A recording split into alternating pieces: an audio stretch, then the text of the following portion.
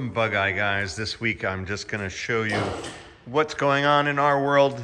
This is a Bugeye here for a whole new wiring harness, but along the way there'll be other things to fix.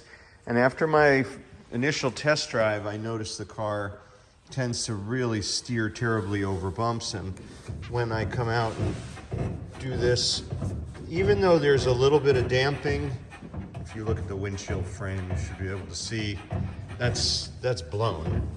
That's not enough shock. This one isn't quite as bad, but they'll both get changed. And the other thing that's interesting about this car is he's got an alignment issue that we'll fix.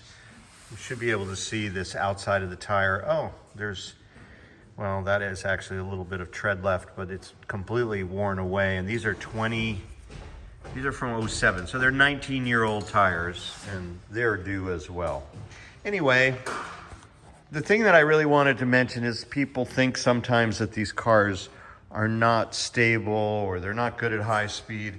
And this one, just at up to 30 miles an hour, I found it to be unbearable. I don't know how people drive them this way, but there are many, many Bugeyes or lever shock equipped MGs and everything else we've seen this way, and you've got to have good shock absorbers on these cars. We sell them in our parts catalog. We'll put them on this car. Lever shocks, we have tube shocks, and that's what we're working on today at Bugeyeguys.